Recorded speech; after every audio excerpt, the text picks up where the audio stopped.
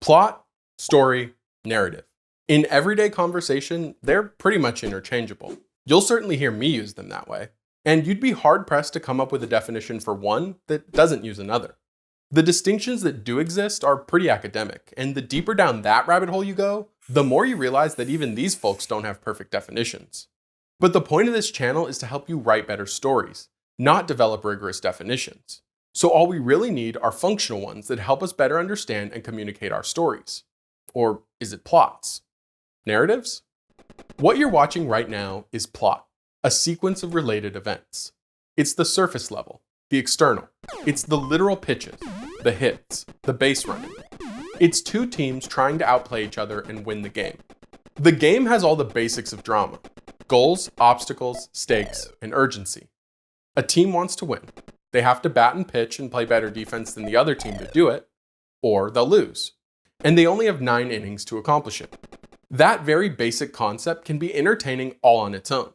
We don't need anything deeper to enjoy a home run or appreciate a strikeout. The same way, we don't need an explosion to be profound, or a car chase to contain some hidden meaning. The action can be fun all on its own. But what if I told you that guy right there, those 8 or so pixels?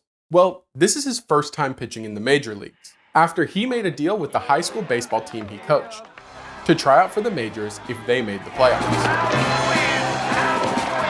Their play inspired him to go after a goal he'd long given up on. And this moment could not only prove he belongs, but teach others that it's not too late to pursue their dreams. The plot is just the pitches, but what they mean, the emotional stakes, the lessons, themes, that's the story. The pitches are exciting on their own, but the story amplifies them.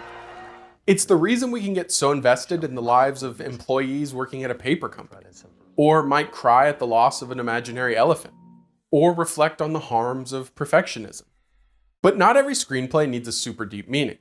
Plot and story are interdependent, but that doesn't mean they exist in some perfect ratio. If you're writing an action script, you'll probably rely heavily on plot with tons of set pieces and heart-pumping sequences. But that doesn't mean a bit of story won't amp up the stakes. Yeah, we just got bigger. If you're writing an indie drama, then you'll probably want to lean more into the story, with a lot of emotional and introspective scenes. I don't know what's wrong with me. But a bit of plot will give your story momentum and ward off the dreaded boring label. And most scripts fall somewhere in between, influenced by genre, intended audience, complexity, and your personal preferences and writing style. If the pace of your script feels slow or you find yourself easily distracted while reading it, then that probably means you should look for a way to inject more plot. If you find yourself feeling detached from your characters or the story just feels cold, there's a good chance the script could benefit from more emphasis on story. You'll need to find the right balance for your screenplay. And one of the tools you have to help control that balance and amplify both is narrative, how your story is told. In a baseball game, both teams want to win. An event that brings one side to cheers, high fly ball into right field, she is gone! Might bring the other to tears. A devastating blow with the A's, 1 strike from victory. The same plot, but a different story depending on who's telling it. Most screenplays have scenes from multiple characters' perspectives, giving the audience information that some of the characters might not know themselves. This can create plot tension when we watch in anticipation of something like a trap. Or evoke story when we see how a character deals with the guilt of a secret. If Fabiola looks like she's about to shit a brick, it's because you may remember she applied to a certain friend's dream college behind a certain friend's back. But limiting that perspective to the protagonist can better put us in the shoes of a character. Marshall Daniels? Doctor. Even when their perspective is less than reliable. Let's get down to the facts. You've created a story in which you're not a murderer, you're a hero, still a US Marshal, only here at Ashcliffe because of a case. And major shifts in perspective can create alternative protagonists that undermine our trust in what we're seeing. Or undermine our more traditional storytelling expectations to serve theme or play against tropes. You can even loop the same events but change the protagonist's own perspective on them as they learn and grow. Phil sits up suddenly and looks around, completely amazed. He is in his room at the bed and breakfast, everything exactly the same as before. Yes! Or show the exact same event from multiple perspectives to explore concepts like relativism.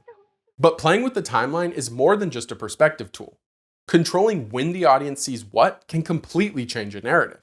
Remove the boring parts of a game, or annoyingly replace them with ads, and what's left is a more focused plot and story. We do this all the time in film and TV.